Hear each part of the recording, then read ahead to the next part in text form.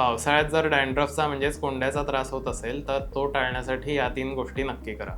नमस्कार, मी doctor Malhar necessary आणि मी देणार आहे तुम्हाला आरोग्याच्या काही टिप्स. तर सगळ्यात मोठी चूक जी पेशंट्सकडनं केली जाते ती म्हणजे केस ओले ठेवणं किंवा ओले केस असतानाच त्याच्यावर तेल लावलं जाणं.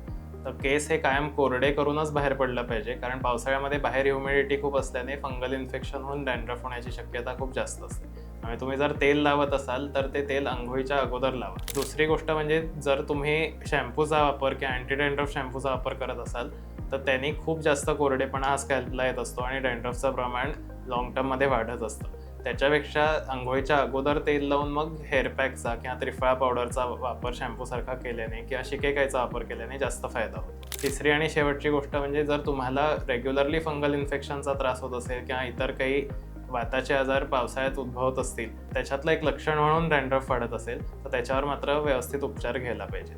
ते उपचार घेतल्याशिवाय तो डॅन्ड्रफ पूर्णपणे जाणार नाही. अशाच आरोग्याच्या टिप्ससाठी फॉलो करा मेधामृत आयुर्वेद.